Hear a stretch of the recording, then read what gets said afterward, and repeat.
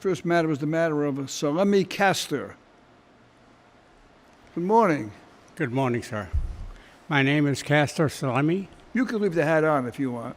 It's okay. You going to take it off? Yeah. You're a military man. Yes, served in the Army from 43 to 46. Oh, you served in the Second World War. Yes. Oh, you're part of the world's greatest generation. I've been driving for 84 years without a driving ticket. And now you're turning the bad corner in life. You had such a great career, right? War hero, never any trouble. All of a sudden now, what are you charged with here? Going through a red light? Red light, that is a very busy intersection. There are 5 traffic signals at that intersection. There's trucks going in all directions, and I must have followed a truck. It's the only reason I can guess. You know, this is Inspector Carrigan. So what branch of the service did you The U.S. Army. You were in the Army. He's a Marine. Ah, the best. Well, don't give up that easy. You're supposed to say, well, we're pretty tough too, right?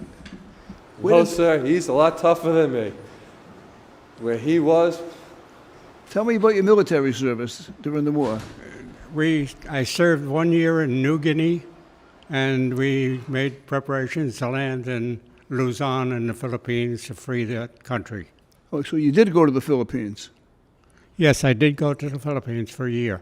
You know, I remember watching a movie, the March to Bataan. That was in the Philippines. Yes, it was. Yeah. Do you know anything about that? I sure do. We were there. You were there? I didn't go to that march to Bataan, but we did try to free Manila, but that was already destroyed when we arrived. If you ever read Inspector Carrigan about the March to Bataan and the conditions under which they had to fight, the weather was terribly hot, right? Yes. I did contract a jungle disease. You did when in New Guinea. In New Guinea, yeah. Wow. And where were you when the war ended? I was up in northern Luzon in the Philippines. How did you get word that the war ended? From the Army headquarters. Yeah. And they let us know. And our next job was to get all the Japanese that we could and ship them down to Manila for repatriation. How old are you? I turned 100 in June. 100 years old. Come on. Thank you.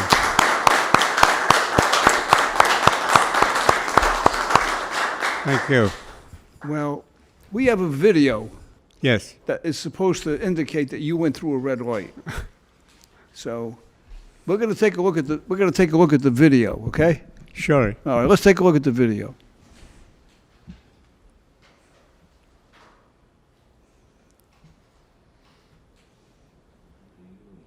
Well, I don't know. It looked close to me. How did it look to you? Oh, Judge, I wasn't even paying attention to the red light. For what he did for our country, he could go through a few more. I'd be fine with that, Your Honor. All right. Based on your contributions to this country, you know, we're not going to go any further with this. I think that you would be a classic example of what it takes. When they talk about the greatest generation, you certainly exemplify what the greatest generation is all about, you know. Thank you. And I think that you represent people who respect one another and cover for one another and protect someone else. That evidently was your early life, and you've carried that through. Now, I want everyone to take notice, right? And I'm not ridiculing anyone. Mr. Kastۆr is 100 years old. He appears in court today for a traffic violation, right? And here he is. He's got a tie, a shirt, he's dressed, right? Appropriately. Still has his military bearings. He's still at parade rest. Still has his military bearing. World War II was very special to me, Yes. Mr. Kastۆr. I had a first cousin who, I had 3 cousins that were in the war. They all served overseas, and one never came back. He was in the European theater, you know, and his plane was shot down and he died. So I remember that so well. So the war has very special significance to me, as it does to many Americans. we can never, ever thank you and your generation enough for the contributions you made to this country. You really did make the world safe. And things weren't looking too good there for a while. So we want to honor you and thank you for your service, for your bravery, and for your contributions to this country. And this case is dismissed. I mean, I don't care what you came in for today. I was going to dismiss it. Thank you, sir. Thank you. And if I couldn't dismiss it, we'd pay it. We certainly weren't going to have you pay for it. Thank you. Good luck to you. Thank you. Good luck to you. Hold on. Before you leave, I want to give you salute this guy. Thank you, sir. Okay.